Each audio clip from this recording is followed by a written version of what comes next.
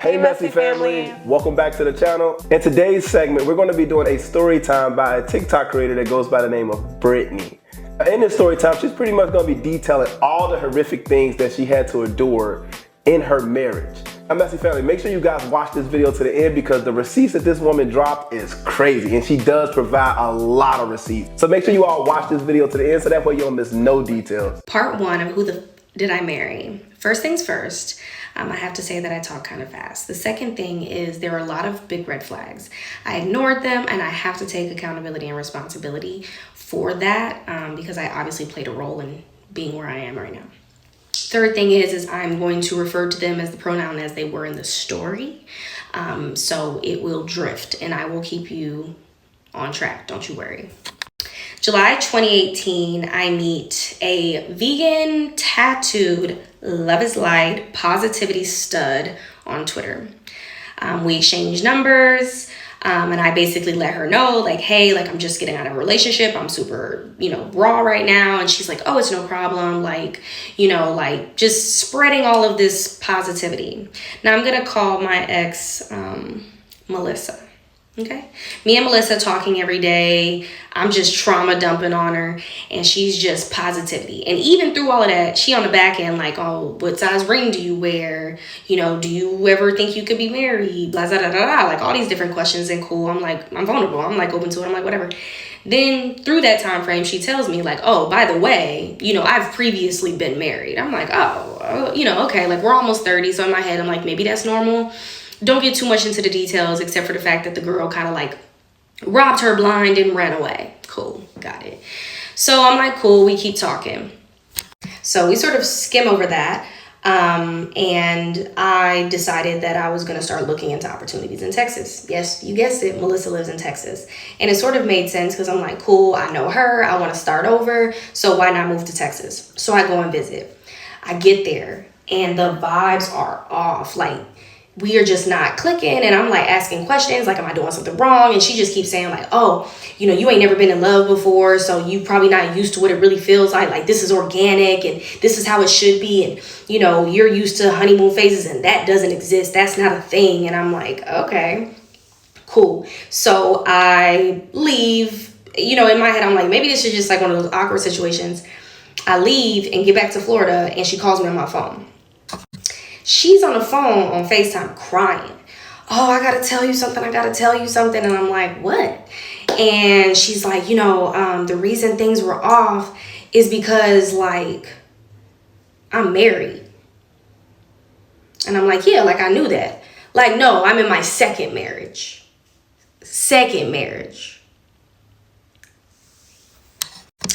Okay. So now she's saying the reason that they got married was because the girl needed insurance. So she was like, oh, it was just supposed to be a short little 30-day annulment or whatever. And, we just ended up not going to court to get it fixed. Like, she don't even live here. I don't, whatever. I don't talk to her. Like, it's not even a real marriage. Like, we just did it for the papers. Boom. I bet you think the story is over, right? Because why would I stay with somebody that had 2 wives? Nope. Nope. Part 2, who did I marry? So you guessed it, she tells me that she's been now married a second time, one of whom she's divorced to and one who she's still married to. And I should run for the fucking hills. But no, I feel sorry for Melissa. Because I'm like, your first girl robbed you and your second girl won't divorce you because what? Like, because now she's making these excuses on why their marriage is still continuing. So I'm like, whatever. My move was already planned. My company was already paying out for everything. So I'm like, cool, like, I'll worry about that later. Because in my head, I'm like, she's making it seem like it's just like this paperwork situation, not like she's like, oh, I'm in a loveless marriage and now I'm moving on or something. It's just like this random thing. Now we're in October of 2018 and I'm moving to Texas. The initial plan was to live with Melissa. But luckily I had like a lot of, my company had paid for me to stay in a hotel until I figured it out. And like Melissa's spot was too small. First off, it was too small because it was too small. Secondly, we were just not getting along. And to be fair, I was hungry. She was vegan. I wasn't eating meat. I was not in a good spot. Okay. I couldn't live there. So we were getting into these huge arguments. And every time at the end of the argument, I'd be like, listen, I'm just moving out. Like, I didn't want to do this. Like I was trying to get to escape, but like I had felt like I had already committed. Like, I committed, I moved down here, I uprooted my life. Like, you know, I'm trusting this positive vibe to somehow mend me. And that wasn't the case. So that was on me. So I tell Melissa I don't want to live there. Long story short, Melissa convinces me to get a townhome with her. Not to buy, but to rent. Because her neighborhood had a townhome that we could live in. Cool. I'm like, fuck it. I'm tired of looking for this spot. We can have, if maybe more space will allot us a better relationship, whatever. I mean, it was just a lot. Cool. So we get the townhome. The movers are moving my stuff into the townhome, and I'm furnishing it. I'm going to the furniture store, and I'm furnishing it. Okay? Then she's giving me dates. She's like, oh, you need to have it furnished by this date because we're having a housewarming party. And I'm like, first off, I don't even know nobody down here in Texas. And secondly, okay, come with me to the store and pay for these couches. All right. So it's still my home. So I'm not going to sit on the floor or sit on a futon or whatever. Like, I have to get the stuff that I want. So I'm getting the stuff that needs to be in a house, like, you know, lights and so on and so forth. And she plans this party. I don't know anybody. So this party starts, people showing up. I think I've only met one of her friends once or twice. One of them. It's a group of her friends. Y'all. She gets down on one knee and she proposes in December of 2018 in front of a group of strangers that I do not know, in a state that I am not from, in a house that I do not own. Well, that moved pretty quickly. Marriage already? Yeah, I don't know if it's a red flag or not to be married twice. I mean, I don't see that as a red flag. Maybe a pink flag. I don't know. This is the third. So she's going to be the third wife. Yeah. And they said she was in like late 20s, early 30s. Right. So, third marriage? Is that a red flag? I would be thinking like, well, you easily just give your name up to someone. Yeah. I mean, that's like, to me, I feel like judging somebody in that situation based off of how many times they've been married, it's like judging somebody who's been in a lot of relationships. Like, what's the difference? Like, you marry somebody, that shows a stronger commitment to somebody than just being with them. Well, I mean, you got to think about if you're this age, mm-hmm. How long have you known these people before you proposed to them and married them? Right. It's like, okay. How many marriages? Yeah, it depends. I honestly believe it depends on the situation in the marriage, like how long they lasted. I think that shows a red flag than it does how many times a person's been married. You know what I'm saying? So if she was in a marriage for two different people, 2 different times, and it was longevity in it, like 5 years or so a piece, is that like a red flag? No, it depends. If that person was cheating and stuff like that, then it's something. But if I'm just marrying somebody and holding them down, like, maybe they living on biblical times, huh? What do y'all think, Messy Family? Do y'all feel like it's a red flag or not? Let us know in the comment section as well. Welcome to part 3 of Who the Did I Marry? Yes, Melissa proposes. Yes, Melissa is still married. But I'll say this, the paperwork for her divorce had been filed at this point. And I know that because I helped file it. Because she's a self-taught dyslexic, or so she claims. Melissa oftentimes needs help with paperwork. So she proposes. And I just want to say we should normalize saying no in situations where we aren't sure. Because at this moment, I'm not sure. I'm like, I don't know if I want to marry her. But at this point, I'm in front of a group of strangers in a place, in a state that I'm not from. And I just felt like I had to say yes. Like, I in my head, I'm like, okay, I can always dial this back. I can always tell her later that I don't want to be engaged, right? Damn it, Brittany. Why would you say yes? I know. I can't even explain some of the shit that I did, but, you know, here we are. So, days move on. I start calling and telling people, because mind you, she hadn't contacted anybody from my side to say that she was proposing. So I called everybody that I, felt close with and was like, hey, like, I'm engaged. Everybody was like, nope. So basically, like, I'm going back and I'm telling Melissa, like, yeah, like, everybody, whatever. She's like, oh, you got to cut them off. They just don't like you. Your parents are mad that you're gay. Like, just telling me all this stuff. And, like, in my head, I'm like, okay, well, maybe she's right. Like, all these people are saying no and, whatever. So I'm, like, cutting people off, friends and family. And the more people I cut off, the better Melissa is to me. I'll cut somebody off and she'll be like, I'm so proud of you. I'm so happy that you did that. And, you know, you're such a strong person. So it's like, okay, like I'm losing people, but I'm gaining strength in this shitty relationship.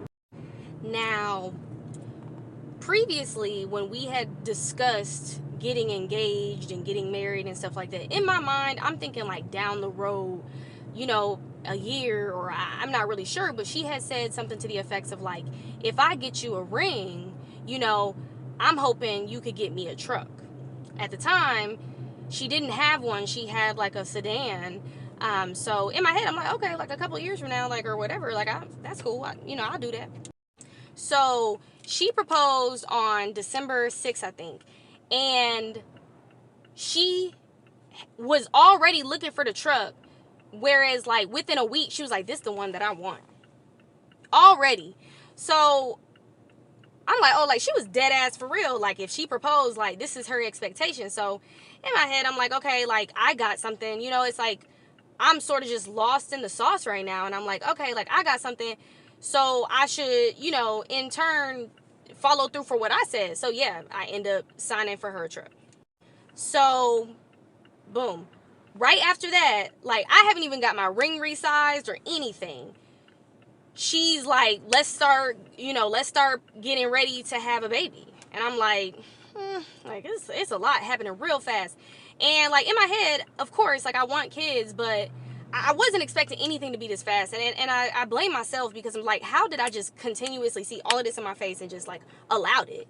So I'm like, okay, you know, I'm not really ready for kids. And she's like, listen, like, we're almost to our 30s. Like, you know, we want that fulfillment. And you say that, you know, like, you have, like, issues with, like, your mental health and all that stuff. Like, you know, I feel like kids would just, like, really complete you. And, like, honestly, I got to a point where I was like, yeah, you know, like, okay, like, I get that.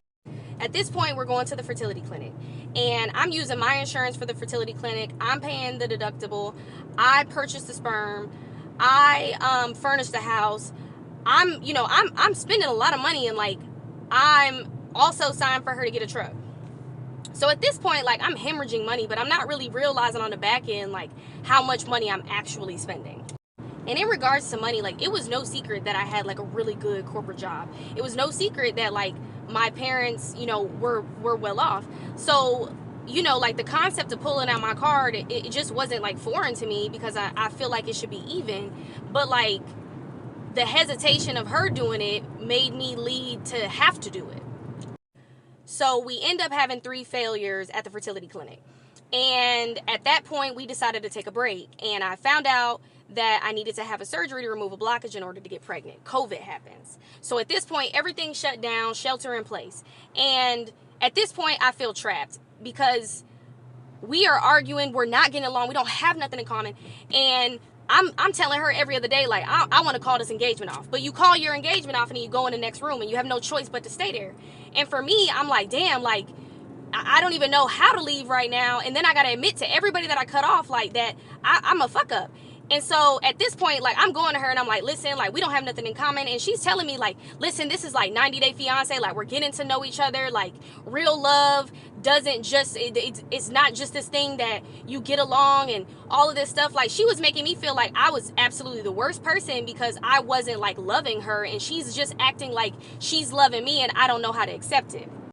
So throughout that time, like, just a lot of time and space, we ended up having like an explicit conversation, and we were looking through websites for some specific stuff, and she ends up sending me a website that was like for trans individuals.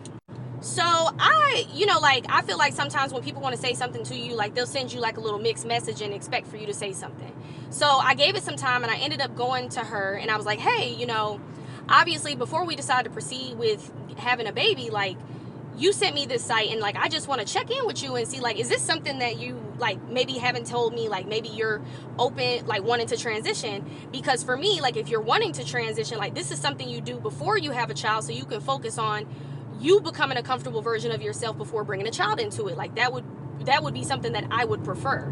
So she's like, nope, would never do that, never had the urge, never felt like I, you know, would want to be a man. Like, it's just, I'm a woman, I'm a lesbian, like, that just is what it is. It was very like, I'm telling you what it is and we don't need to talk about it anymore. Bet. I asked the question and then I was like, cool, we moving on. So I end up getting pregnant in July 2020, and pregnancy, you know, that like I was really focused on being healthy. It wasn't too traumatic during the time of being pregnant. Around that January time frame, Melissa suggested that we get married. It's still kind of COVID, and obviously, like, I don't have any friends, and I also don't have any family, so it's not like I'm gonna plan any type of anything. I also didn't have a baby shower or anything like that. And so, okay, justice of the peace in the courthouse in a mask, and I'm, you know, at this point, six months pregnant. And it was just like really important that we got married. And then like she was really forcing like changing my last name, and like honestly I feel pretty strongly I want to keep my last name, never been interested in that, but it was just like really trying it now looking back, it's like you was just trying to get stuff done before I had the baby. Okay, so I have the baby in May of 2021, and at this point in the beginning everything was pretty good. Like when she was at home, like she was helpful, but then COVID lifted and it was time for her to go back into work. And luckily for me, like my job was still allowing me to work from home, and at this point I have really bad postpartum. I don't feel comfortable taking my son into a daycare, so I'm working from home and I'm taking care of him. And anybody that's a stay-at-home mom, more power to you. I am so proud of you. That is a hard job, and what makes it even harder was the fact that I had to work. And I'm not talking like I'm sitting on a computer or something. Like I have a corporate job where I'm expected to be on calls. I'm expected to do a lot of activity, and I'm like dealing with my baby, and he's like colicky, and I'm trying to understand his sleeping patterns. Like it was very hard, and I'm like struggling. Like I don't have a village. I'm doing this by myself, and it's just like really tough. Welcome to part 4 of Who the Did I Marry? I left off on the part that at this point COVID was lifting and I was still work from home with the baby, and she was physically going into work. Now the type of job that I have, like it's not like a job where you're like answering phones or, you know, have like a lot of solace. Like I am expected to be on meetings 6 to 7 times a day. I have like a lot of data entry. It's a hard enough job without a kid. So with one, I was struggling. And then to mention that I also was dealing with postpartum, like I was just not doing good. And Melissa knew this, and I was very open about like where I was with everything. And at some point she was like, you know, what would it look like for you to just not work and just take care of the baby, since you don't, you know, want to take him to daycare and so on and so forth. And I was like, yeah, I don't know. I couldn't imagine quitting a job without having another. And you know, she was like, well, I could take care of the household. Like, you don't have to worry about that. Like, you know, we're together, so I'm going to make sure that that everything's taken care of. So she's working and I'm a stay-at-home mom at this point, and she's piecemealing me money into the household. I mean, there was a point where like I said, I don't like to ask for things, but it's getting to a point where it's like, hey, like, I don't know if you noticed, but we need groceries, and you know, it's just like a lot of hesitation. So I'm still kind of paying for things using what I have. And at some point I'm like, fuck, I think we're struggling. Like I'm not really sure, but I'm pretty sure we're struggling, because I feel like there's like not any money being poured into the household outside of like the direct bills. So I decide that it's time for me to start applying again. So at this point, Melissa decides that she wants to get into a more corporate role as well. So we had a discussion about like places that we would be willing to move to, and we landed on Austin just based off of like the area and like the companies that are here. So she ends up getting the corporate job that she wanted in Austin, and I end up getting and accepting an offer to a corporate job in Austin as well. So it's time to move, and at this point both jobs have said that they were not going to give relocation until we started work in Austin. So we had to front the cost of relocation. So I asked Melissa what she got on the move, money-wise, and she was like, nothing. I was like, you don't have anything? She was like, nope, nothing.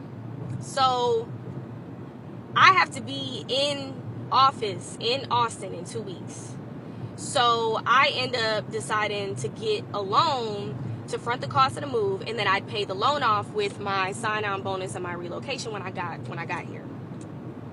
Cool. Her company offered a week in Austin to be able to find a place to live, and, you know, to find childcare and all of that stuff. So we head down to Austin for a week to be able to find a place. So one of the first few places that we saw, we liked. So I was like, cool, let's put in an application like this is a spot that I like. So we're waiting on that application to go through, and that whole entire week, she's actually working in office at her job, and I am going around and trying to find a daycare for my son. At this point, we have like 3 days left in Austin, and I still haven't decided on a school, but I at least knew roundabout what I wanted. So we're in the car headed to the school that I thought would be the one, and I get a call from the real estate agent, and she was like, the application is not being accepted. It's not being accepted. Like, somebody's score is too low. So I actually have like a full panic attack, like had Melissa pull over type shit, like I was infuriated from the inside, because now you didn't have the money for the move. I can't get into a spot in Austin. Like, I am not, this is crazy. So that night, I started applying to places by myself. And I'm telling Melissa, like, listen, I'm getting approved for spots. I'll just get on the lease. It'll be cool. Nah, she wasn't having that. No, we both need to be on the lease. We both need to be on the lease. We need to find a spot. And I'm like, no, like, it's just impossible. She was like, oh, there was a spot that's like more expensive in a different area, and like maybe we could talk to the guy and he'd be like willing. Everything is telling me not to put her on the lease. Everything. And I'm like, all right, man, whatever. I end up calling the guy. We visit the spot, and he was willing. But I would need to put down a $4,000 deposit. And I want to make it clear that I had to put down a $4,000 deposit. So at this point, the move has to be paid for. So the move-in truck, everything, the deposits have to be paid. I had to put down a payment into the school to save my son's spot. Like, this is not just some little coin. At this point, on the back end, I've started contacting the people that I cut off. I started contacting my friends. I started contacting my family. Like, I needed my village, because at this point, I realized that this was no longer something that I could, like, continue to maintain. Not by myself, at least. Like, I needed people. I needed people. So it's time to move officially, and we're packing things up. It's a lot to pack up, especially with the kid.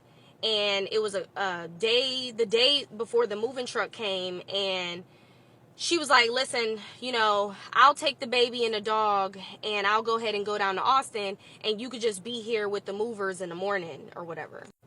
Anybody that's ever moved knows that, like, when the movers start picking stuff up, like, there is so much that has to be packed. So I'm busting my ass. That night, I'm packing basically by myself because she already left. That morning, I'm packing up with the movers because there's so much stuff that hadn't been packed yet. I'm patching up holes on the wall. Like, I am doing everything to make sure that we don't have to end up paying anything to the renters that we were renting from. So I'm getting everything situated.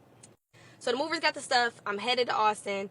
Melissa calls me, and we get to a big argument. Because at this point, like, I'm just stressed and tired, and I'm just, like, going off. I told Melissa, man, you might as well not even unpack your stuff. Like, I don't even want you there when I get there. And, like, I was just done. Like, there was nothing, like, this was the moment that I realized that I could no longer be in a marriage with this person. This is awful. So I'm crying on the way to Austin. Like, I'm crying because I'm just overwhelmed. I'm stressed.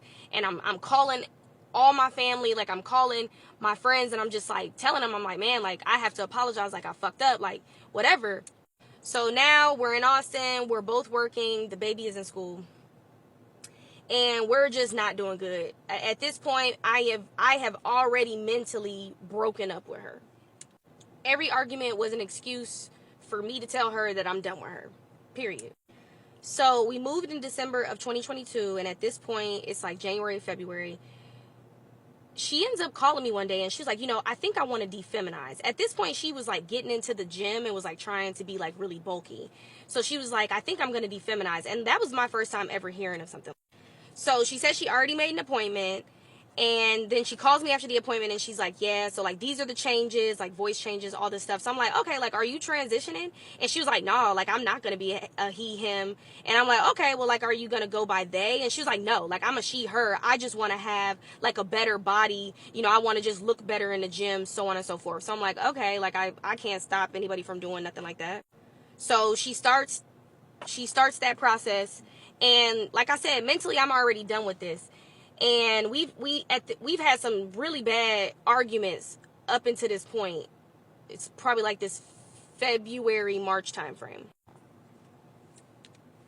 We having a bunch of terrible arguments, and one of these weekends she ends up deciding to go to Dallas, and this person has like a lot of facial tattoos already, and that was like something we had a like specific places agreed upon, and they had asked me like before, like, oh, like, how would you feel about me getting more tattoos on my face? And I was like, don't do that. Like, you're already pushing it. Like, don't do that. She gets back from Dallas, brand new, ugly ass tattoo on her fucking face. Like, it was the ugliest thing I ever seen. And I was like, why would you do that? And I like went off on her. I was like, you don't care about me. You don't care about your son. Like, you look stupid. And at this point, like, I want a divorce. I don't want to be with you. And you could talk to other people. I could talk to other people. Let's just go, or you can stay. And at this point, right, I have to be able to afford the place that we're living in. It's more expensive. So I'm like, listen, you can sleep in this room. I'll sleep in this room. We can watch the baby. And honestly, like, you could talk to who you want to talk to. Let's not be disrespectful, and vice versa. Like, I don't want to participate in this anymore. So at this point, we've decided we could talk to other people, and either person was allowed to date. So things started getting really interesting. Sound like she need a real man. If you don't know what a stud is, a stud technically is supposed to be the man in a relationship. So to be all the way in a different city while your girl packing is crazy. Come on, studs, get it together now. Move that damn furniture. I'ma say it, I don't care, bro. Damn, come on, pick the furniture up. Come on, big bro. Yeah, you want to be one of us today? Okay. Come on, pick up the furniture. Why you all the way out of town? Why you leaving your girl behind? You supposed to give her. And then she talk about getting her a car. I think she got her roles reversed. You supposed to get the girl the stuff. She supposed to get the car and all that stuff. How the hell she owe you a car? You the man. When we start getting cars, when we start getting gifts, when we stop moving couches and shit, packing U-Hauls, man, it's... The fact that they are like actually okay with dating other people in this household while still living together, yeah, she is completely over her. Cause what? While you're still living together? They're so far gone at this point. And I honestly feel like this whole marriage was just a money grab for her wife. Cause yeah, asking for a car because you wanted to give your woman a ring and propose to her, that doesn't seem fair to me. Right, immediately too. Yeah, and then she keeps saying like her last marriage or the one she was currently in at the time, her spouse did it for insurance, and that the other one before her left her because she was using her. But it's like, you're in this relationship using this woman now. I promise you that the stud wife has never been in a relationship that she wasn't using that person to. Right. Everybody's story always sound like they was the victim. So you married 3 times and each one was using. I'm pretty sure she's gonna say this girl was using her. Let's hear what else happens. Welcome to part 5 of Who the Did I Marry? I left off on Melissa and I deciding that we would date other people. This was around the February-March 2023 timeframe. So around May 2023, I met who is my current girlfriend, Ashley. And it was just a whirlwind, love at first sight, no red flags, soft life. And it's continued to be great. Anyways, so I had not at this point given any context to like my dating life. So I get home from this date with Ashley, and I get home pretty late, and Melissa had said something about it, but in my head I'm like, get out of my business, really. And then the next day, I happened to have a hickey, and they asked me about it. Not even gonna lie to you, I lied about it. I was like, I don't know what it is. I don't know where it's from. But, you know, what else? That next morning, I was in the baby's room. He's fussy. And I get a message from Melissa saying, hey, like, when are you coming out of the baby's room? And I was like, oh, I'll probably be out soon so I can cook breakfast, but I'm still trying to get him settled. And she was like, oh, it's fine. Like, I'll cook breakfast, I come out of the room about 6 or 7 minutes later, and she is going through my watch. And bruh, she is cutting the fuck up. She is cussing. She's calling me names. You a whore. You this, you that. You know, like going off. And so she's like storms out, got my watch with her, and she's just like irate.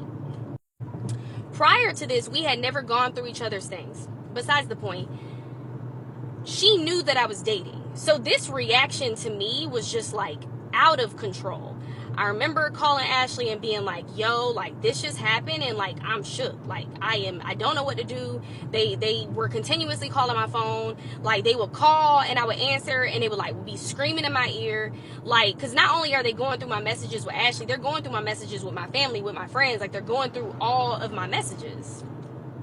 So I'm feeling unsafe at this point. So I decided to book a hotel room for a couple of days. And yeah, like Ashley joined me. Like she was just a place of comfort. And also, like, not to mention, she was going through a divorce as well. So there was just a lot of things that were similar. So the week goes on and I start getting these like crazy text messages from Melissa, like saying like, I need your ring. I need you to give me your ring. Like, I need to sell your ring. I need your ring. Like, it was continuous. It was constant. And in my head, I'm just like, what do you need in the ring for? Like, what's going on? And she was like, oh, I bought you a BMW, so I need to get it back on the lot. And I already took it off the lot. So I need the ring. I need the money. I need the money. So she's just going off. And I'm just like, what the F are you talking about? Like, you ain't buying no damn car. So another week goes by, and then Melissa, like at this point, like I'm back home, but not very often. It's sort of like work, get my son, separate myself. Like we're kind of just like missing each other on purpose.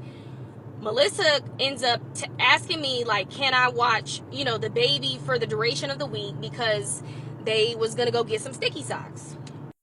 Now, I ain't no professional, but usually when you get those sticky socks, you are not allowed to have your phone.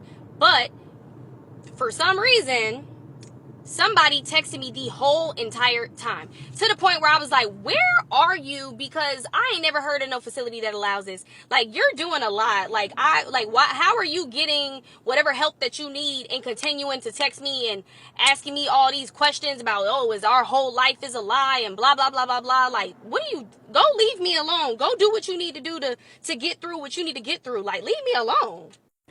Me and Ashley continue to date. And pretty much like the environment at home was just hostile. Like they were constantly making comments, like just saying things. Like it truly uncomfortable. And I had asked them a 100 times, like, hey, you can move out. Like I'll keep this lease. Like you could go do whatever you want to do or vice versa. But like this is just not working for me. So now we're in July 2023. And I go to the courthouse and file for divorce. I file without a lawyer. I just file your regular paper. I filed to do no financials, and I filed to have the custody schedule that me and her had discussed and agreed upon. Funny enough, I wasn't asking for child support or anything, like just to split school, and that is it.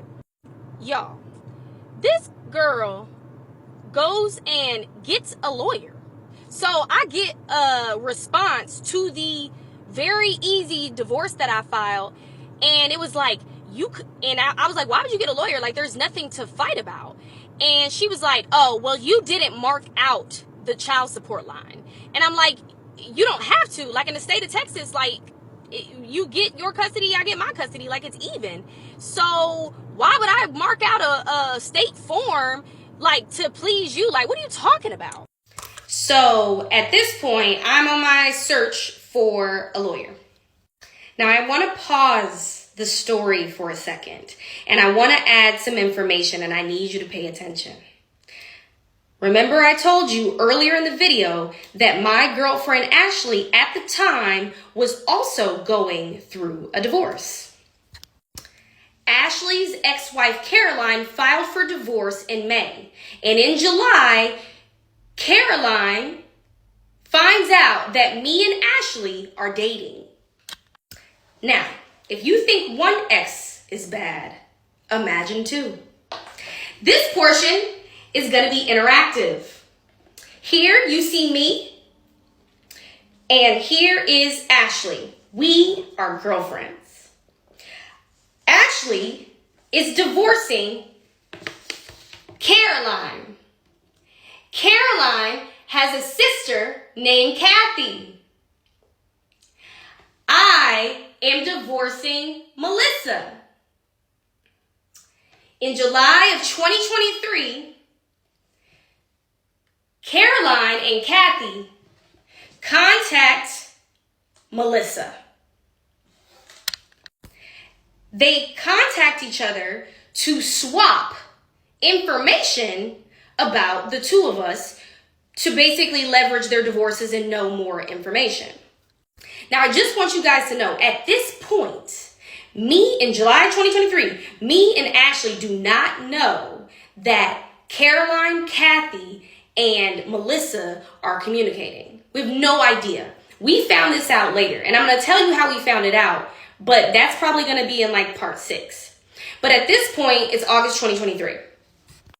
My lawyer sends documentation to Melissa, letting her know that she had 30 days to leave the house.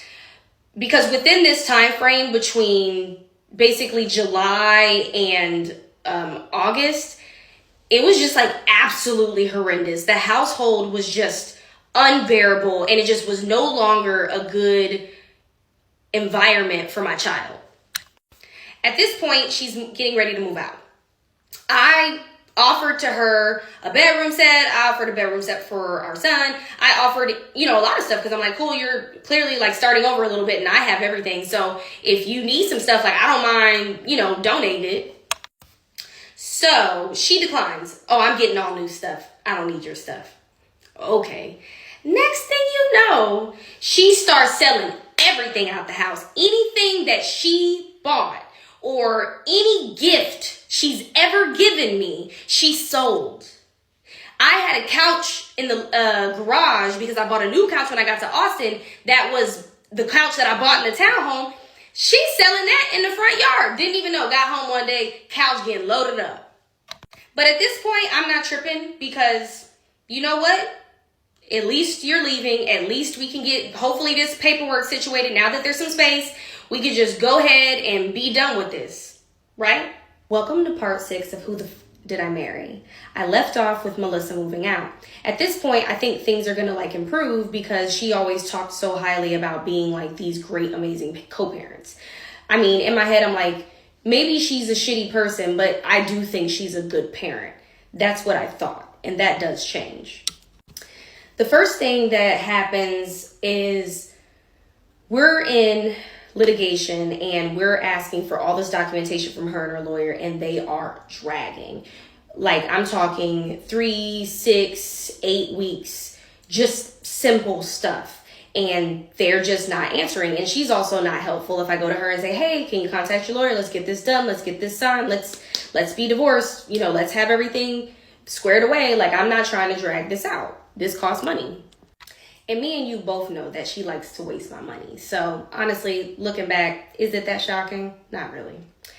Anywho, around the October-November time frame, I started getting these messages from her saying, I'm just having a really tough time, and maybe you and your partner can just keep him. Or, hey, would you guys be willing to move to California if I got a job? She was playing this oh, I'm really cool with the fact that you and Ashley are dating, and I want us to all be this big happy family.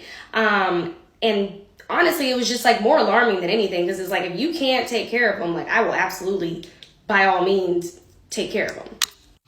Early December, she started sending messages because at this point my lawyer has finally let her know hey, there's a lot of money that Brittany is owed. And I think Melissa thought that she was going to be able to get something from me, but that wasn't the case. So she came to me and she was if you do this to me, if you go after this, then I'm not going to have anything and I'm going to really be struggling. So if you could just like get off of it, because if not, like I'm going to have to let you keep our son for this duration of time and like I'll come back for him. Now, that is not the way it works with kids. You don't just get to go away and then come back when it's convenient for you. Being a parent is doing that shit through the good times and the bad, not just when it's convenient. But me being stupid, I'm like, cool, whatever gets this done. If getting them little coins from you is gonna cause you all this, whatever, like I don't really care, if we're being honest. Sign the papers, leave me alone. You know what time it is, my interactive board. At this point now, in mid-December, I find out that Melissa is dating a girl named Taurus, okay? I find out about Taurus through social media. And it was two particular things that stood out. One of the things is they were in the tattoo shop and Melissa was getting Taurus's name and Taurus was getting Melissa's name. Sounds familiar. Then there was a particular video where Taurus was calling Melissa her credit card. Now, mind you, me and Melissa just had this conversation about how she was like struggling so much and needed all of this help and for me to back off and all this stuff, right? So it's like, okay, I see now that was, you just trying to play me per usual. So I send Melissa a message and I'm like, listen, bro, like you clearly ain't got no money issues. You clearly got everything going right. So sign the papers. You got a girlfriend and sign the papers. Like, why are you still trying to do this back and forth with me? Like, cause it's just not necessary. So January comes and I start noticing that my son was having like some transition issues.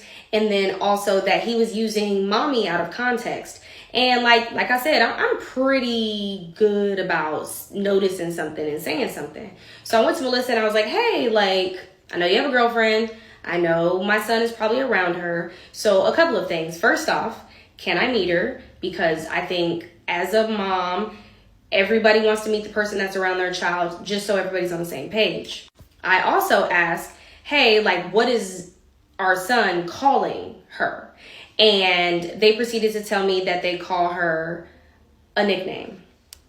And I do want to say, prior to any of this, I continuously would ask Melissa if Taurus was living over there. She was like, nah, she not living here. If I have any house changes, I'll let you know. And I'm like, okay. Now, mind you, we knew something was up, me and my girlfriend, because my son, normally, like, his nails won't be cut, his ears won't be clean, his hair would just be like, whatever. He comes to the house one day, bro. Hair braided to the back, ears squeaky clean, nails cut. I'm like, oops, somebody cooked in here. So I'm not mad at it. But once again, I go to them and say, hey, like, I think that it's beneficial for me to meet your partner. Now, mind you, she's met Ashley multiple times, and not to mention also tried to fight her one time, but we won't get into that. Or maybe I will, but we'll see. Now, on the back end, I also noticed on like pickups and drop-offs or parent-teacher conferences that Melissa was starting to look very non-girl. Was starting to just like, the voice was deep. Like I noticed like some little chicken scratch on their face, and I was like, oh, okay, like something going on. So I asked, hey, I don't want to be offensive, but like, are you transitioning? And they would always tell me no. I'd ask this question probably every other week because I knew, I'm not stupid. Like I see it. Like it's dead ass in my face. Like why would you just lie blatantly like that? Not to mention would constantly be like, oh, our son accidentally called me daddy today. LOL, LOL, LOL. And I'm like, okay, well, correct it.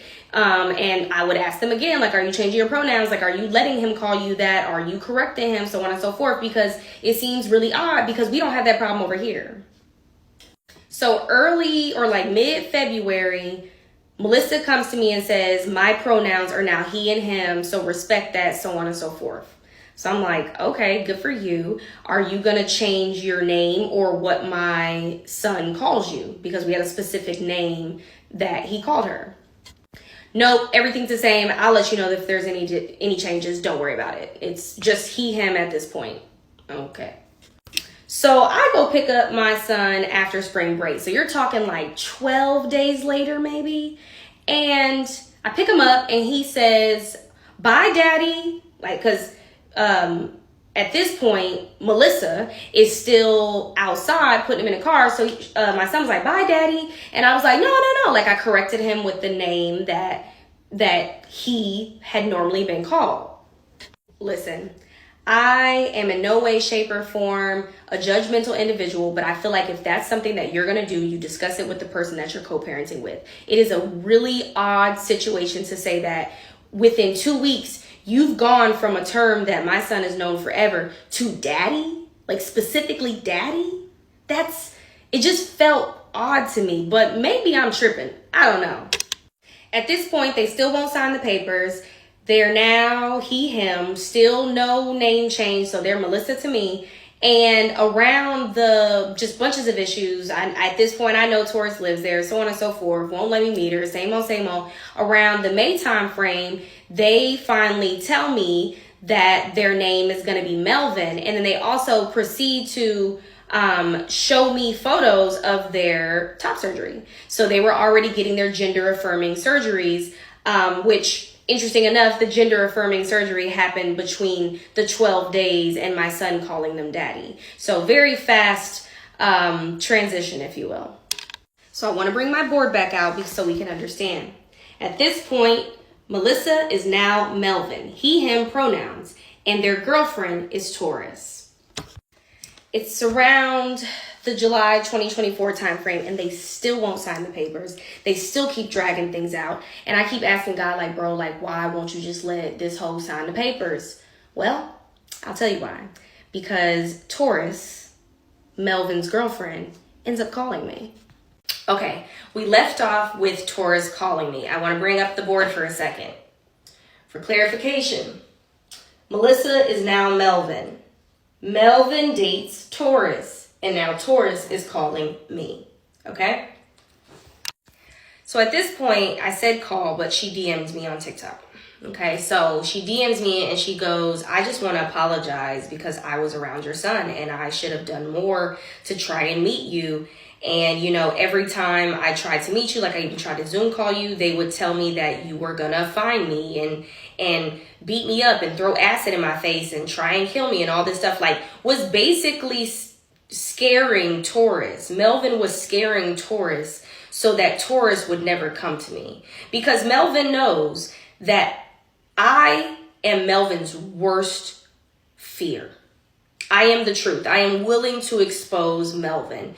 So Melvin painted this picture for Taurus so that Taurus would stay away from me. But Taurus didn't, and she came to me after her and Melvin broke up, because when you start piecing all this shit together, you realize that Melvin is a fucking liar. We continue to DM, and Taurus tells me how she seen my Twitter. So prior to these TikToks, I would subliminally tweet about my situation to just kind of give like a pre-warning to people, like, hey, be careful. And I had tweeted something about being the third wife. I tweeted something about this person scamming me. And Taurus told me that she actually saw those tweets and started doing her own research. And Melvin had never told Taurus that he had been married. Taurus knew that me and Melvin had been married, but had no idea about the other two wives that he was married to. At this point, we're talking back and forth, and she basically was like, oh, you know, I did want to really give you a warning. And the warning is that Melvin, Caroline, and Kathy have been stalking you for over a year. With receipts, by the way. Taurus is not just telling me this stuff and not giving receipts. When I tell you she was getting down with the receipts, she was getting down with the receipts. Kathy, Caroline, and Melvin were swapping pictures of our children. They were talking about our whereabouts, where we are, what our schedules are. Oh, how can we make this difficult? If we change this schedule, then Ashley and Brittany won't be able to do this at the same time. Like, they were doing this for over a year. And it made me realize that this duration of my super long divorce was not just purely based out of like this one person being stupid. This is a group of people. This is a group of people. I realized in this conversation with Taurus that I don't know Melvin. And imagine being in a relationship with somebody and not knowing them, but imagine having a kid with somebody and not knowing who they are. Throughout this whole entire situation, that is the time frame that I was like, this is not a fucking game anymore. And these people are dangerous. They're dangerous people. I could go days for what Taurus told me, but I'm gonna stick to the script, right? After talking for a few days in TikTok, I think we were just building that trust. We exchanged numbers. And this is where the part of the story gets like really hard for me. Earlier in the story, I told you all that my son, there were time frames where I noticed that he was having transitional issues, and I would oftentimes go to Melvin and say, hey, son's not sleeping good. Like, what's the routine over there? Are you having these issues? Because like I am sort of a hoverer as a mom, but I'm very specific about making sure that he's okay. And I asked, hey, does he have a bed? Yes, he has a bed. Does he have a room? Yes, he has a room. Does he have this? Yes, he has this. He has that. He has this. Making it seem like it's perfect over there. So I'm like, cool. I only need to just address what I have going on here. Taurus also lets me know that on the very first day that she ever met my son, Melvin made my son call her mommy. So from day one, my son never knew her name. She was mommy. Something told me to ask Taurus a question. And I said, hey, you were around my son. I want you to tell me a little bit about what that was. And, does my son have a room? Does my son have a bed? What's the situation over there? And she said, I was hoping you didn't ask me that. As a parent, I would sleep on the cold, hard floor if that meant that my child got somewhere to sleep. I would eat nothing if it meant that my child got to eat.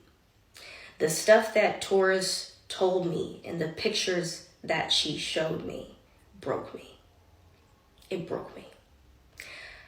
Because I had trusted Melvin to be at least a good parent. I don't give a shit about how you treat me. But how you treat my child,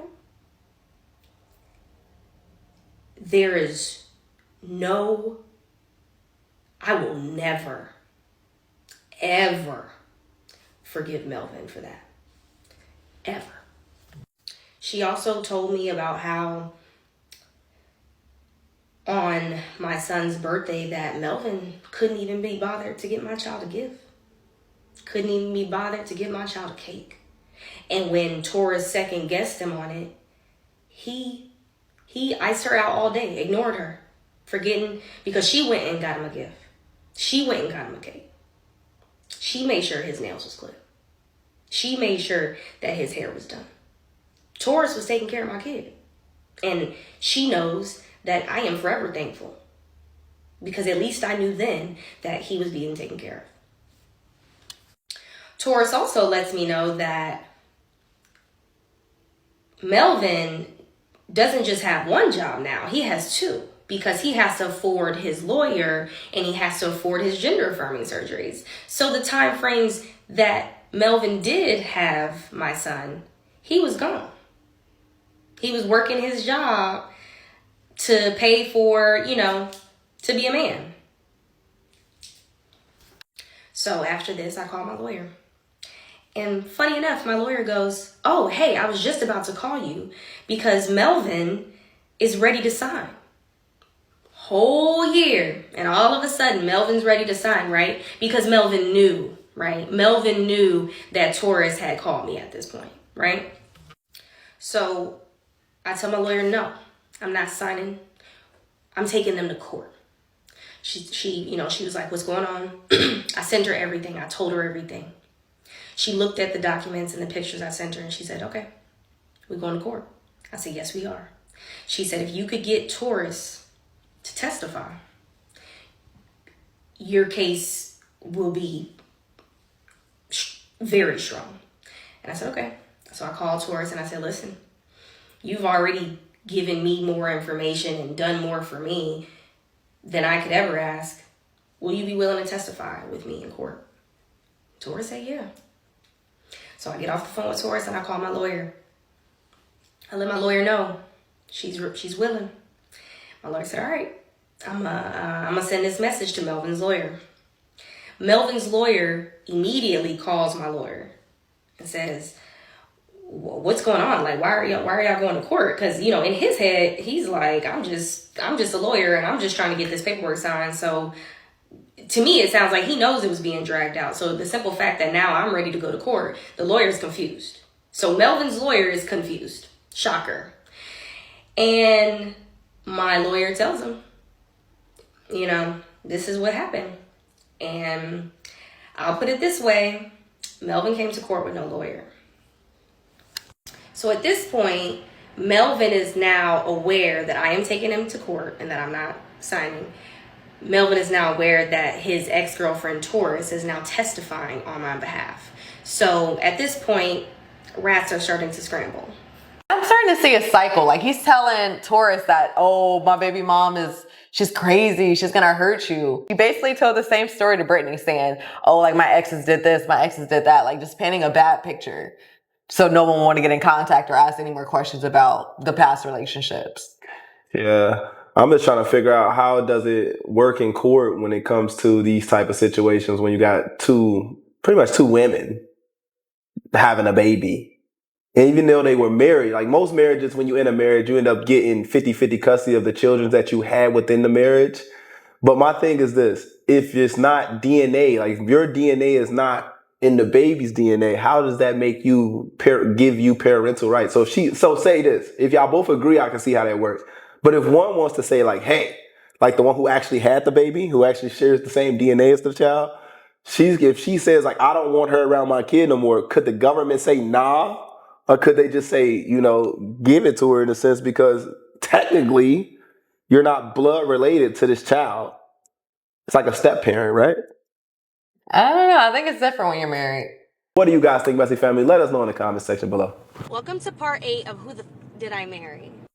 So I left off on the part that Melvin is now aware that they're going to court, and Melvin is now aware that Taurus is going to be testifying on my behalf. So of course, what does a narcissist do? He starts trying to make and do little things to try and scare everybody involved. So like I posted on the last video at the end, like a message where they're talking to Taurus's mom about like, how could she do this to me? Now I'll have to actually be a real parent. Like, that's crazy to me. And if you haven't seen it, please go look at it. It's ridiculous.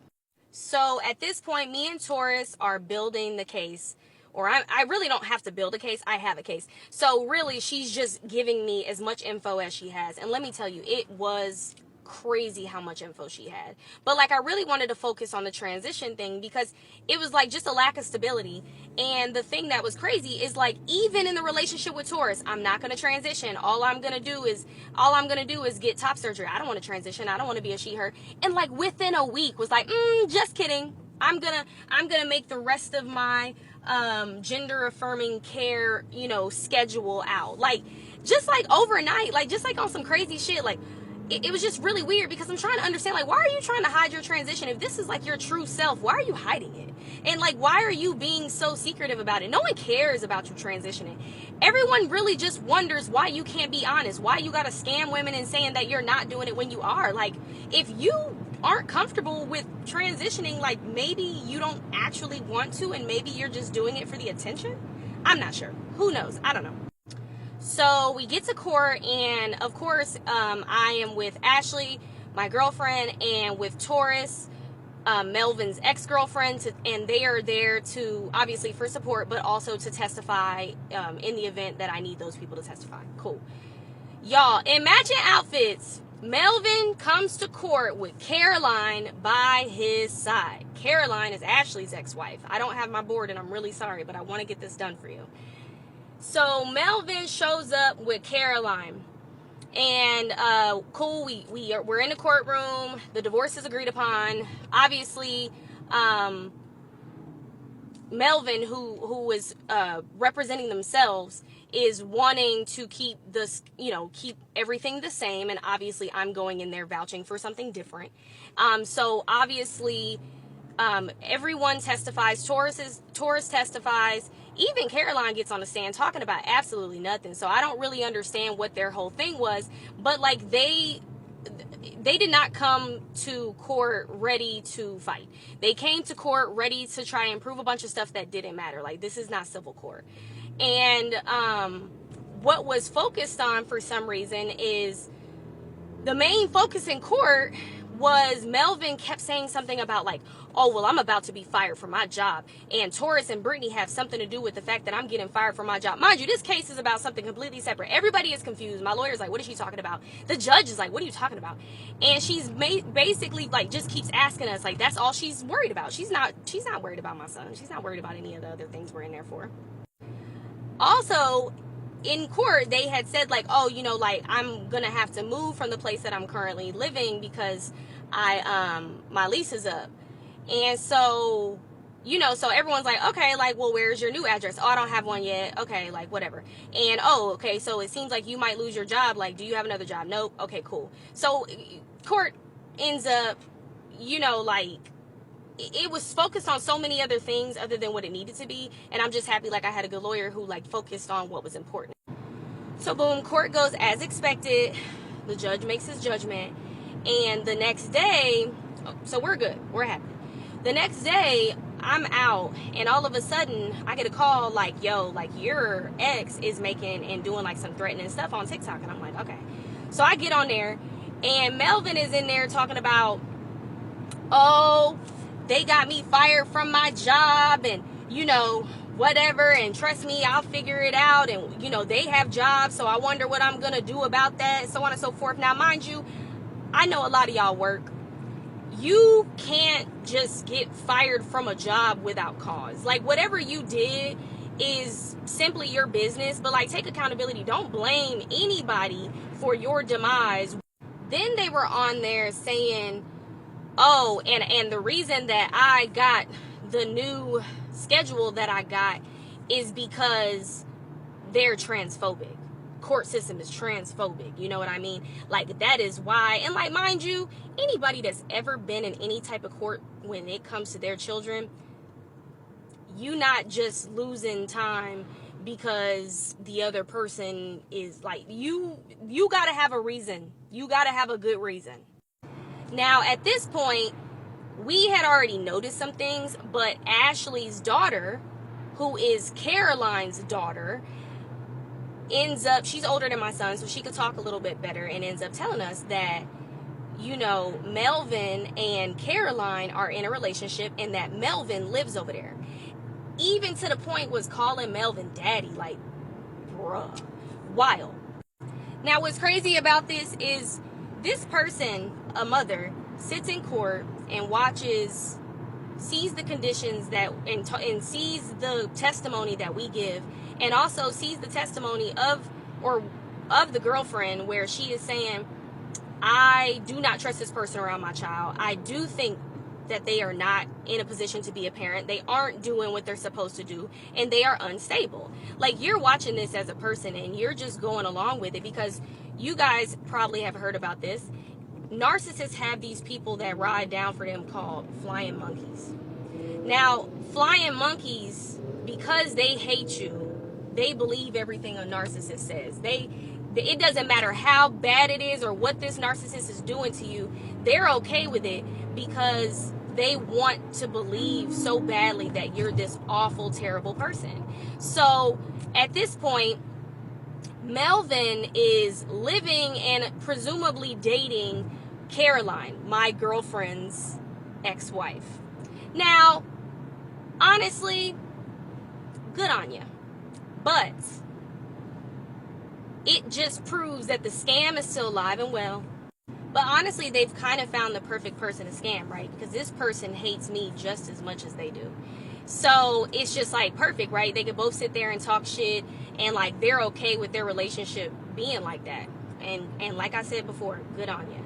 But I do want to point something out that I think is crazy that anybody would be willing to allow. Anybody that knows who I'm talking about can confirm that this person, Melvin, who is black, has only ever dated white women, mixed women, Asian women, anybody that looks different than they do.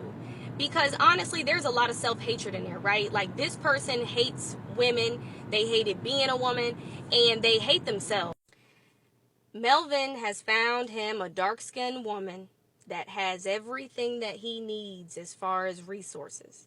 So guess what? On to a new scam.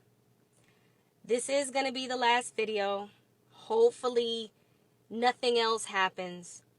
But I want to say this. I am so happy that I've done this. Like, my moms out there who are dealing with a narcissistic co-parent, I commend you. Never stop fighting. Never stop trying. And if you see people with narcissistic qualities, call them out. Leave them. Go away.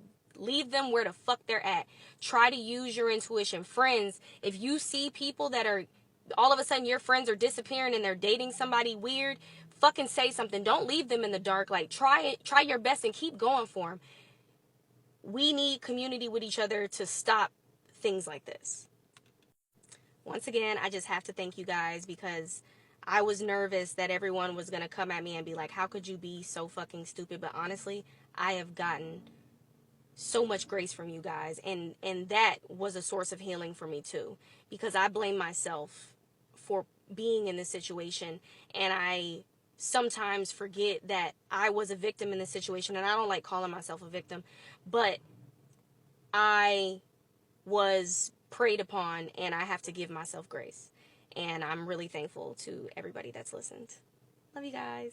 If you're new here, I married a woman, had a kid with a woman, divorced that same woman. During the divorce, they transitioned to a man, lost custody, and now they owe child support and live with my fiance's ex. That's a mouthful. If you haven't, I do have a story time that's like 1 through 8 with a few in between pieces in a playlist on top of my profile. But this is gonna be leaving off where that ended, which was around that February time frame, because a lot of stuff has changed. If you haven't watched the story, I'm going to try and give as much background now, so that way you could just kind of jump in, because it is definitely, it's crazy regardless. Okay, so by popular demand, I made a board. Throughout the story, I'll try to show the board. Take note, it is confusing. And this screen is inverted, so it's kind of hard. All right, so this is me. I have one kid. I was pregnant with donor sperm. I at one point was married to Melissa. Melissa transitioned to Melvin. We divorced. On this side, we have Ashley, my fiance. She has one kid with Caroline. Caroline being pregnant and using donor sperm. They are divorced. Okay, we basically me and Ashley got together during the divorce, so that in itself was complicated. Okay, down here you see Melvin and Caroline, and you also see a little line that says Taurus. Taurus is important in the story. She was the ex-girlfriend who lived with Melvin during the front part of the divorce, and she has one kid with another parent, no relation in any way to Melvin. Neither is Caroline and Ashley's kid to Melvin. So Melvin and Caroline are now together. Okay, so this is the thing. Woo, sorry, that's a mouthful. Like I said, I'll refer to this as much as I can. So basically, I'll start at, first off, this is a very long divorce. I tried to be civil in the beginning. I filed with no lawyer. You take yours, I take mine. We have 50-50 custody of the kid. They went and got a lawyer for whatever reason, so I went and got one too. So basically back and forth, but I'm still ready to sign. Just sign the papers. Like, I'm not winning anything. I'm not getting any money. Like, just leave me alone. You owe me a ton of money. Like, I'm never going to get that. So whatever, like, just sign the papers and let's move on. It backfired that they didn't sign the papers, because what happens is Melvin starts dating Taurus. Cool. basically, I guess Melvin ends up breaking up with Taurus or vice versa, and then Taurus moves out. Taurus calls me. Taurus calls me and says, I know that you don't know what's going on, and I want to talk to you about it. Taurus basically tells me, first off, you need to be careful of Caroline, because Caroline and Melvin have basically came together after they found out about you and Ashley, and basically have stalked you and are doing everything in their power to just be nasty. Because Ashley was going through a divorce too. So just stalling tactics, trying to get information, just everything. Because at some point, Melvin and me were still sharing a household. Okay. When Taurus tells me everything, it just absolutely breaks me. It's the hardest thing I've ever had to hear in my life and do in my life. So at this point, still no signed paper. So I called my lawyer and said, we're going to court. My lawyer was like, well, we need to get Taurus on the stand. If you're going to do that, Taurus agrees. Perfect. My angel. So end up going to court. They ended up getting standard possession, which is me as the primary parent and them getting their a couple weekends a month. And cool. So basically a week after, and they were also at that time, they were court ordered child support, because that's just what it is. So the next week they lose their job. So they should have started paying child support based on what the judge said. But of course, they refused to sign the paper. Why does Melvin refuse? He's refusing because he wants to change the schedule to change the schedule. Let me tell you why that's a problem, and why, it was a back and forth situation. Because these two kids were on the same schedule. So they were both with me and Ashley, and we had a schedule that worked. Always was on this schedule. So these kids have bonded and have a relationship. But Melvin, which I think is strategic, refused to sign because now Melvin is trying really hard to split these kids. And Caroline tried to do that in the beginning too. So no one cares about these kids' mental and how frustrating that is and how confusing it is. So obviously I'm going to court because I'm like, this is messed up. You should not separate kids. They have a relationship. So boom, get to court. Honestly, my judge was over it. Was just like, listen, give Melvin the schedule they want. I don't care. Like, sometimes the court system is not gracious. Cool. I'm pissed. I'm livid because this is once again really tough on my child. Because let me be clear, my child was told to call Taurus mommy, was told to call, going on with Melvin being daddy, and now my son is calling Caroline mommy. So, and then you separate the kids. So now it's just this shitty situation. Boom. So they now from the time frame that the original divorce happened, like where they refused to sign, was from October to February. That means that during that time, the attorney general couldn't enforce child support because you have to upload your signed decree to do that. So basically this whole entire time frame, they don't even get any disciplinary action for not paying any money. So February, like I said, the court decides on Melvin's schedule, and I'm able to upload the paperwork to the attorney general system to be able to start managing child support. Okay, so mind you, like I said, October to February, no child support. In December, basically, I don't know what happened and whether or not this was the time of some type of surgery, but this was the year that they get my son for Christmas. Okay? This whole entire time frame during Christmas, they were not allowing me to talk to my son. I didn't even get to talk to my son on Christmas, which is really hard for me. But based off of what the kid said, there was a huge surgical factor to this. Them going to visit Melvin in the hospital and Melvin having specific bandaging. Kids are going to tell it. Kids are going to tell it. So I'm a little frustrated because in my head, I'm like, if you did get a surgery, you didn't have a job, and you weren't paying child support, and then the audacity to not even let me speak to my child, now you're once again fucking with my child's mental, because now he's not speaking to his mother on Christmas. On Christmas. Like, I've never been away from my son. On Christmas? Come on. So, after that, what happens? So, during this whole entire time, Caroline is harassing Ashley. Basically, Caroline and Melvin have been harassing me and my fiance for this whole entire time. And to be fair, Caroline still does.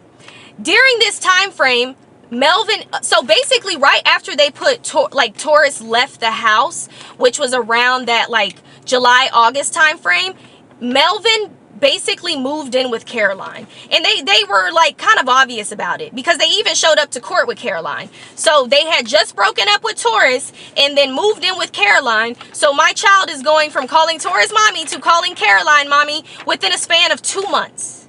Within a span of 2 months. And that's just the beginning of what I'm about to say.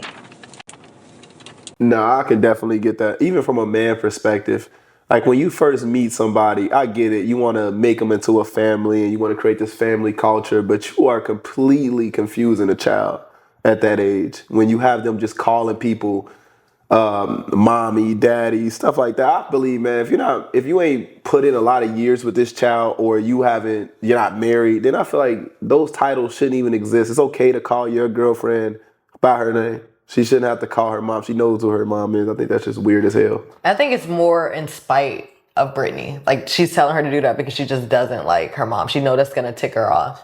That's why the first thing she asked her is, well, what is she calling her? She knew what type of person she was with, that this is what was going to happen. I think it's just sick that she keeps going on to all these different relationships and having this little boy call somebody mommy that's not his mommy. That's just going to be there for a couple months. I think that's very inconsiderate, considering that, you're supposed to put the child first. You're supposed to care about the child's needs, and none that the Melvin person and the character is doing is actually like reflecting that. It just seems like the kid is just a pawn in this whole scheme that she's been running. If you're new here, I married a woman, had a kid with a woman, divorced that same woman. During the divorce, they transitioned to a man, lost custody, and now they owe child support and live with my fiance's ex. Okay. There's a playlist at the top of my profile, Who the F Did I Marry, if you want to start from the beginning. If not, here we go. So yesterday I left off with Melvin and Caroline live together. So Melvin and Caroline are the exes of me and my fiance, Ashley. Melvin and Caroline got together during both of our divorces, and basically to feedback information to one another. And yeah, now they're together, I guess. Cool. So they're living together. We knew they were living together, although Melvin tried to conceal their address for months and months and months and months. Pretty much any identifying information Melvin tried to conceal. Obviously against a court order, so had to deal with that as well. Anyways, so at this point, the weekend schedule, we're fighting back and forth about the weekend schedule. Because I'm the primary parent, so I have my son throughout the weeks and all that good stuff. But the few weeks, during the month, they get a few weekends or whatever. So there's like the standard one, which I think is like 1, 3, 5. And then the schedule that my kid was on for weekends originally was every other, to match with my fiance's weekend schedule. Because Caroline is the primary parent of their kid. So it's literally a fucking swap. So we were like, just keep the kids on the same schedule. Like, fuck all this bullshit. Keep them on the same schedule. I literally tried so hard that I told Melvin, from October to February, I will literally waive all your child support for those months that you owe me if you just keep the kids on the same weekend schedule. Nope, they said no. Cool. So we end up in court in February. And we get in front of the judge, and the judge is basically like, hey man, throw this man a bone. He already lost, primary custody. We might as well just let him have the fucking schedule. Let him have the fucking weekends. Okay, but I'm hot. I'm pissed. And I didn't know this, but when you're in court and you have a lawyer, you cannot speak to the judge unless the judge speaks directly to you. So I'm like, wait. Hey, you about to split 2 kids? Like, I'm super upset. And everyone's like, shh, no, don't say anything. And I'm looking at my lawyer like, girl, stand up, do something. Because this is wild to me. So I'm pissed, I'm hot, legs shaking, and at this point my lawyer is up at the podium with Melvin and they're signing the decree, because now the judge is like, you gonna sign this in front of my face, because there's no reason that it should have not been signed for almost 5 months. Anyways, so I'm pissed. So Melvin comes down to walk through the pews. Ashley's with me, she's in the back in the pews, and so as Melvin is passing me, I'm like, I'm gonna get you, because at this point I'm like, okay, you want to play these little nasty games, we about to get real specific. This little idiot turns around to the judge and goes, did you hear her say that she's gonna get me? And the judge is like, rolls his eyes, because the judge rolls his eyes and he's like, man, I'll put both of y'all in contempt. And at this point I don't even hear the judge. I'm like, whatever. So I get up and I'm walking too. Ashley's getting up, but once I got in the hallway, Ashley heard the judge say like, oh, y'all need to go get the security out there probably. So I'm in the hallway, I'm yelling, because I'm like, you owe me child support, you need to make sure you understand stuff, because like I said, Melvin likes to play stupid on purpose. Like Melvin will be like, oh, I didn't know that I had to do that, oh no, woe is me. And it's just like, no, you're pretending not to know how to read so you can play stupid. So anyways, I'm in the hallway, I'm yelling. And the security guard comes up to me and she's like, are you good? Do you need anything? And I'm like, at this point, I'm like, no, lady, I just need to get out of here. So I'm with Ashley. Ashley's like, Brittany, calm down. Brittany, calm down. We get on the elevator. We go downstairs in the courthouse because my lawyer had to file some paperwork. So I get the paperwork, or no, she's filing the paperwork. I'm in the hallway because I'm trying to calm down. And so Ashley's trying to calm me down. Melvin walks by and I'm like, you a bitch. I said that shit loud in the courthouse. Here goes this little fucking baby. There's like a little admin desk or whatever. Did you hear her call me a bitch? Do you guys have cameras here? Or will you sign a statement saying that she called me a bitch? And like, it's not illegal to call anybody a bitch. And I'm just like, please grow up. Be a man. Like, chill. So at this point, I'm mad. I don't even know. So Ashley, she's such a stand-up woman. So she's like, so Melvin leaves. So Ashley's like, I'm going to go. So she didn't tell me she was going to go do this, but she went and talked to Melvin. So she sees Melvin and she's like, hey man, like, you have to understand Brittany's frustration. You know, like, you have not given her any child support. Like, you don't communicate with her. You don't let her, when her son is with you, you don't even let her talk to him. Like, you're just being really nasty.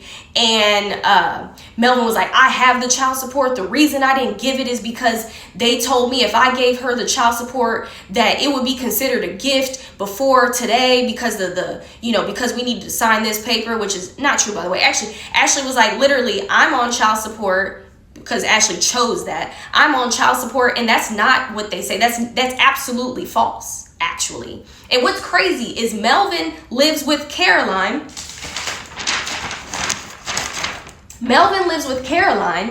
And Ashley pays Caroline child support. And guess what? If Ashley missed a payment of child support with Caroline, there'd probably be a warrant out for Ashley's arrest. So they know how important it is to pay child support. That household knows how important it is to pay child support. Now, here's me. Melvin owes me child support and is supposed to pay it, and I have $0.00. Okay? So Ashley knows what she's talking about. Cool. So Ashley's like, listen, man, you just need to whatever. So I don't know how I wasn't there for the conversation, but Ashley said that also Melvin had said something like, because Ashley was like, I guess you're with my ex. That means you're around my daughter. And, with that being said, like, is that it? Or basically, like, is that what it is? Because I'm not getting a clear answer. And if this is something that's happening, I need to understand. Do you know this fool Melvin said something along the lines of, oh, well, if your daughter needs a father figure, then I'm going to step up and be that. Like a bunch of shit. And Ashley, like I said, very calm, upstanding woman was like, all right, bro. Like, okay. You know what? Like, you just need to do what you need to do and give Brittany this child support. And you know what I mean? Like, you're a fucked up person. Basically, that was the gist of it. So after that day, or during that day, I was mad. Oof, I was so mad. Like, and I'm a Gemini, so you go low, I'll take you to hell. Like, and I mean that. Anyways, so after that happens, basically funny. Actually, as that is all taking place, mind you, Caroline and Melvin at this point are dating, right? They're dating. They live in the same house. One of them gets child support and one of them is not paying child support, right? So their household is getting child support in, but their household is paying no child support out. So my fiance is paying child support to Caroline and Melvin lives with Caroline. Now, what do y'all think that means? That means that there's a good chance that Ashley's money is being used to fund homeless, jobless Melvin. If you're new here, I married a woman, had a kid with a woman, divorced that same woman. During the divorce, they transitioned to a man, lost custody, and now they owe child support. If you have not watched the playlist at the top of my page, please do. Continuing on. So I left off in February where court decided on Melvin's schedule. But during court, Melvin always going to court talking about some shit that like no one is there for. And the judge gets so confused. So Melvin kept trying to say, oh, well, I have a harassment claim out on Brittany. First off, I just want to state that every time Melvin gets the chance, they go to the cops to try and file harassment. When he found out that Taurus was getting on the stand with me, he filed harassment against her. When at that same time filed harassment on me. Then so they kept saying that in court, right? So when I left court the next day, I called the county that I live in and I asked if there was something open because I hadn't been contacted about anything. So they put me on the phone with a detective and he was like, yeah, this is the situation. So basically, Melvin tried to file a harassment claim on me because one day Melvin did not take my son to school, told the school that he was sick. Then I tried to call and they refused my call. So I called a few times because my son is sick. You need to tell me what's going on. I even called the cops. And guess what? No government agency had an address for Melvin. None of them. No, like just ghost. So it was super frustrating. So yeah, I called a few times and I think that that's appropriate because we're calling through an app. We're using a parenting app. So it was like, you do not get to tell the school that my son is sick and then not update his mother. Period. It's just ridiculous. So after that happened, like, of course, the detective, for all the harassment claims, none of them were legit. Nothing happened with any of them. The first, with Tauruses, they threw it out. With the first one, they were like, I mean, you're talking about the kid. Y'all just need to follow your orders. And the third one, he was like, no, closing the case. It you know, nothing to note here. Cool. So after that, Melvin is like, anytime my son, in general, anytime I would go to Melvin and try to talk to them, I only talk to them about my son. Hey, our son is not feeling well, or hey, this needs to happen, or, whatever. No response. When I tell you that Melvin would not get in the parenting app for months.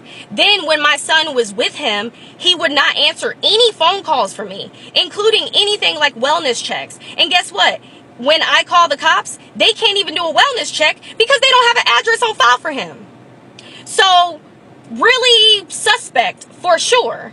So that's basically what was going through. Now, I start getting worried because for the type of custody that Melvin has, in the summer, those parents get some variation of 30 days. I'm like petrified because I don't get to talk to my son at all when they're in Melvin's possession. So I'm like, heck no, like, so I reach out to them and I'm like, let's come up with a schedule. Because mind you, like, we are not like talking, so we're not arguing or anything. It's just like, let me talk to my son. I could give a shit about you. So not letting me talk to my son. And so I went to them and I was like, let's come up with a schedule so I could talk. Oh, I'll have to let you know if that's something that I'm willing to do. Now, mind you, imagine a small toddler not being able to talk to their mother for 30 days. You continuously are putting my son through unnecessary trauma to be an asshole. So after that, I decided to get another lawyer. Mind you, I've gone through, God knows, I've spent so much money with lawyers. So I end up getting with a lawyer, and they were like, okay, we can file all these different things based on, them not letting you talk to the kid, child support, medical care, pretty much anything like that. So, because not only could no government agency find Melvin's, like, an address on file, including, like, USPS and all those places, because they checked those places, like, we didn't even have an address to serve them basically the enforcements and documentation from my lawyer. So we had to come up with a plan to serve them in exchange, because we just simply could not find an address for them. So mind you, anybody who's been through this court situation, you got to pay for the serve. I have to pay for my lawyers having to figure out how to serve this person. Like, I am constantly spending money because they are acting like they're just acting stupid. Because anytime I go to them and I try to explain something in the decree, they're like, well, that's not how I read it. What? I put it in Chat GPT. Literally. Go call a lawyer and get a free consultation. There is no reason why these simple things laid out on the decree you're being slow about. Guess what? If he has medical bills, you have to pay half of them within 30 days. I'm already paying the insurance. I have to pay those bills by myself.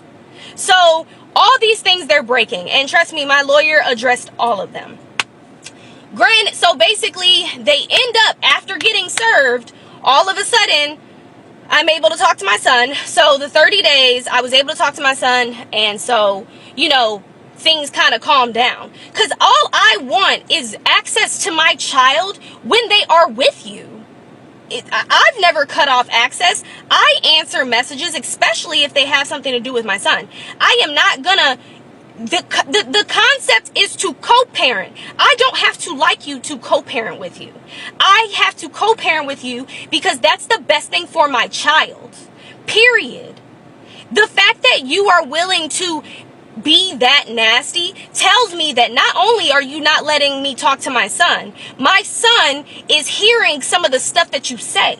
And I bet you guys are wondering, well, why doesn't the government do anything about this? Like, they're not letting you talk to your son. You don't have an address. They're not paying child support. Let me tell you something.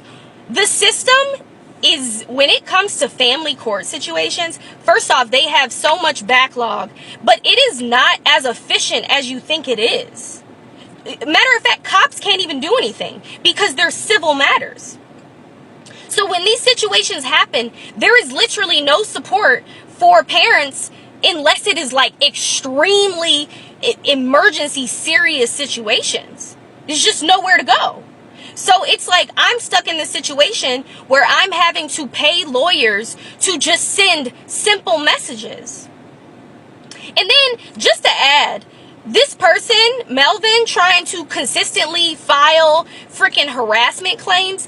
Every time I turn around, Melvin and Caroline, or just Melvin by himself, are showing up to things that they know or think that I'm going to be present at. So it's really interesting how I'm harassing in any way, shape, or form, and I would rather do anything than see both people. And if anything, I feel like I have the right to file for harassment, but you want to know something? Sometimes the drama for me is like, I don't want it to continue. I want it to be better because my child deserves that. So, long story long, that is where we are now. Where we are now is working with a lawyer to figure out next steps, doing the best I can to do what's best for my child. And hoping that the situation either goes in my favor, which I won't explain what I want that to be, or it actually gets reasonable. I doubt the latter, but that sort of is what it is right now. I do have more content that I'm going to post, like just kind of things I didn't talk about, but this is sort of where we are, modern day, right now. And for the people that are watching simply just for the story and not all the extras, I want to thank everybody. It, per usual, has been a journey, but there's more and it's coming. I plan on trying to post every day. So if you're new here, I married a woman, had a kid with a woman, divorced that same woman, and now I just found out that not only did I marry a woman, I married a sociopath who transitioned to a man. a sociopath. And guess what? I have had over 6 women come to me exposing Melissa/Melvin. They have all given me permission to discuss and to show screenshots, and I'm gonna do just that. I'm speaking to the type of person this is. I wasn't just in some unfortunate situation. This is a master manipulator. This is a abusive individual. And guess what? This may be a couple of parts, but you are going to want to sit here and listen to every single one of it. So let's get started. I'm posting this and then I'm going to add all the screenshots. So just stick with me. I have made a horizontal bar timeline of Melissa/Melvin's relationships. Oh, I bet you're wondering why I do this, right? Well, turns out all of the last, pretty much from 2017 to 2025, every relationship has overlapped. And I'm talking overlapped in marriages. How do I know that? I've talked to them. But we're going to start from the beginning of the timeline. And I'm going to tell you why. Because one of these women have come forward. And I think it's really interesting because not only have I been able to learn about past Melissa, I've also been able to learn that through every single relationship that they have been on, they were continuously hitting Katrina up, okay?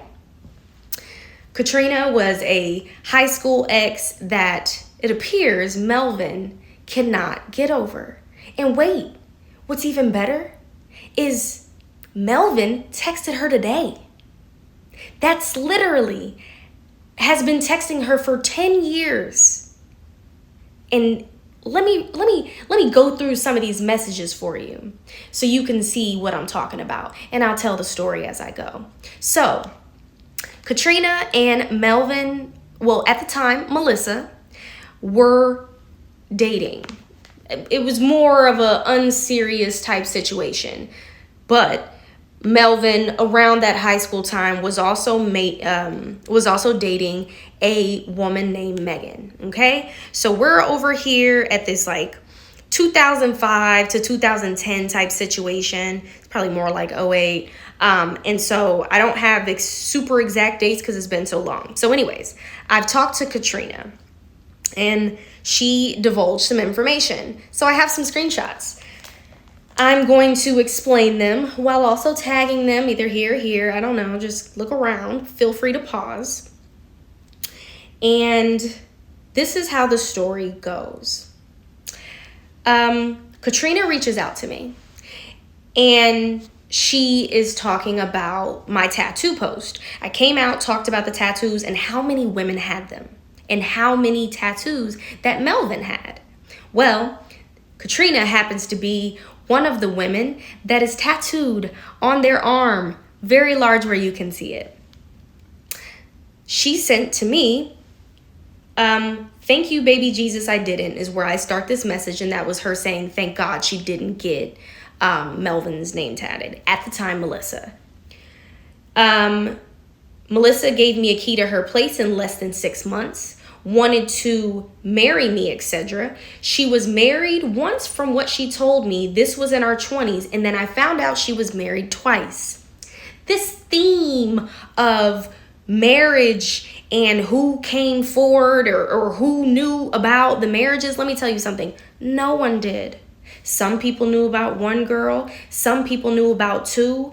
Melvin told some people I was the only person they've married. And yes, I have multiple screenshots from not just the people in this chart, which by the way is 7 people. I also have screenshots from people that know Melvin personally and have met Melvin personally.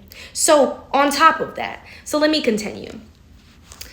Then she goes on to say that the whole entire time that you guys were married, Melissa was hitting me up and saying basically that Brittany has a problem with you, but I don't care. I'm going to talk to you anyway, because she knows at the end of the day, you're the only person that I would really want to be with, that I would leave her for, etc., etc. I'm going to put those here.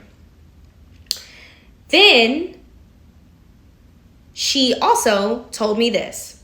She used to send pictures of my son to Katrina. And she was like kind of confused on why they were sending them. Basically, it seems like they've just kind of had like this loose friendship. You know, somebody that texts you every now and again and says, hey, are you still alive? So, of course, she talks about the fact that she had a child and Melissa was trying to act like they were the stepdad of this child. Why is this weird? Because Katrina, her child has another parent. She wanted to control me, wanted me to have no friends. Literally the same story as you. She always texts me every year on my birthday. And guess what? Today's my birthday and she texted me. Today. She also said that obviously it's disgusting that my child was being neglected, although Melvin tries to act as though, you know, they're this parent of the year, but they really only care about other people's kids. She also went to say that it's also crazy that Melissa transitioned to Melvin because Melissa was very against it and talked so much shit about people that were trans. But wait, it gets worse. She then proceeds to tell me that this other girl that she went to high school with, Megan, was being brutally beaten by Melvin / Melissa. The girl would come to school with black eyes. She was physically getting beat by Melissa Melvin at parties in front of people. She always had bruises and everyone knew where they came from. She was in high school and was being brutally beaten by Melissa / Melvin. So that's where this video goes really fast when you have a lot of information. But this speaks to the character of a man that I have had a child with. I'm just as shocked as y'all. I knew stuff, but I didn't know this. And let me tell you, that's one story. Guess what? I have the full second marriage story. The first wife disappeared. Nobody knows where she is. Obviously, the third marriage, being me, there was a woman that they dated before Taurus. And then on top of Taurus's relationship, started dating Caroline as well. So they text other people, texted the second wife and Katrina in 2023 to apologize and to told the second wife, you know, I fucked up. We should still be together. 2023, mind you, my divorce. That was also the time frame that they dated Maria. That's who I'll be calling Maria. This is sort of an ex-girlfriend. When they dated Taurus. Oh, it all comes together because guess what? All the lies are being told to everybody. And guess what? Melvin's still going around doing the same thing that they've always done. But this time, people are truly coming to me. And guess what? I'm gonna fucking tell it. All right, Messy family, that pretty much wraps up this story time. Now, I was looking for more parts on these situations, but I couldn't find any more at the time of making this video, so I'm assuming that this is just the end of the road when it comes to this. If you guys want to follow Brittany for more updates, I will have her name tagged in the description box below, so that way you can go follow her. We will see you guys in the next upload. Peace.